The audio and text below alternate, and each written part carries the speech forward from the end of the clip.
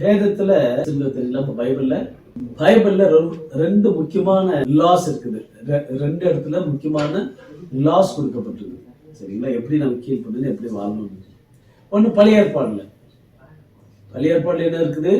10 கட்டளைகள் மோசேக்கு தேவன் கொடுத்தது. அது போக 612 கட்டளைகளும் இருக்கு. அது தேவன் மோசே கிட்ட பிறகு இஸ்ரேல் தேசத்துக்காக கொடுத்தார். அது ரொம்ப முக்கியம். அதை படிச்சேன்.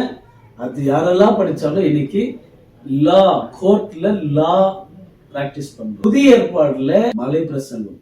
அப்ப கிறிஸ்துடைய முக்கிய தன்மை எந்த அளவுக்கு தெரிஞ்சிருக்கு பாருங்க. எந்த அளவுக்கு கொண்டாடுறாங்க, எந்த அளவுக்கு பர்சனலா இருக்கிறாங்க, எந்த அளவுக்கு அவர் தான் தேவன் சொல்லி ஆணித்தரமா உறுதியா கொஞ்சம் கூட தளராம, கொஞ்சம் கூட வேவரிங் இல்லாம நம்புறாங்க. இயேசுதான்.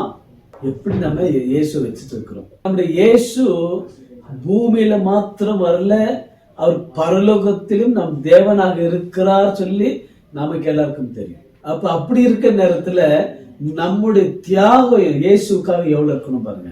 இதெல்லாம் சொன்னா அட்லீஸ்ட் நமக்குள்ள இயேசு மேல ஒரு பற்றுதல் வரும். இயேசு மேல ஒரு ஆழமான அசைக்க முடியாத ஒரு விசுவாசம் நமக்கு வரும். ஆமென். அப்ப இயேசுக்காக என்னால் நிற்க முடியும், இயேசுக்காக நான் வாழ முடியும், இயேசுக்காக ஊழியம் செய்ய முடியும். ஒரு தியாகமும் ஒரு தாகமும் வரும் சொல்லிதான் நான் இதெல்லாம் உங்க மத்தியில கொண்டு வந்து உங்களுக்காக நான் உங்களுக்கு காட்டி கொடுக்கணும்னு சொல்லி ஒரு ஆசைப்பட்டேன்.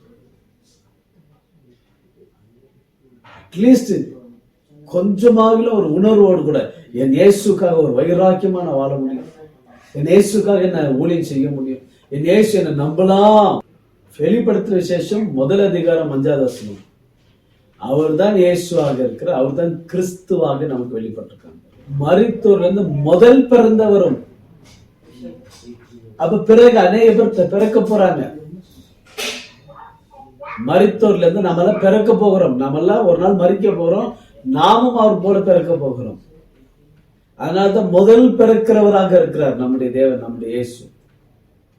அதனாலதான் மரிக்கிறது இல்லை, நம்ம எல்லாம் மரிக்கிறது இல்லை. செத்தாலும் உயிரோடு கூட எழுந்து வரும், மரித்தாலும் நம்ம எல்லாம் உயிரோடு கூட எழுந்து வரும். அதனாலதான் எக்கால சத்தம் துணிக்கப்படும். அப்ப மரித்தவர்கள் முதலாவது எழுந்து வருவார்கள். அப்ப நமக்கு மாதிரி, நமக்கு வழி காட்டி கொடுத்தது யாருன்னா வெளிப்படுத்துற விசேஷம் 1வது அதிகாரம் 5வது வசனம். இந்த நம்பிக்கைக்காக தான் நம்ம இயேசு கிறிஸ்து பின்பற்ற நம்ம முன்னுக்கு வந்திருக்கிறோம். ரொம்ப வேலிட் ரீசன்.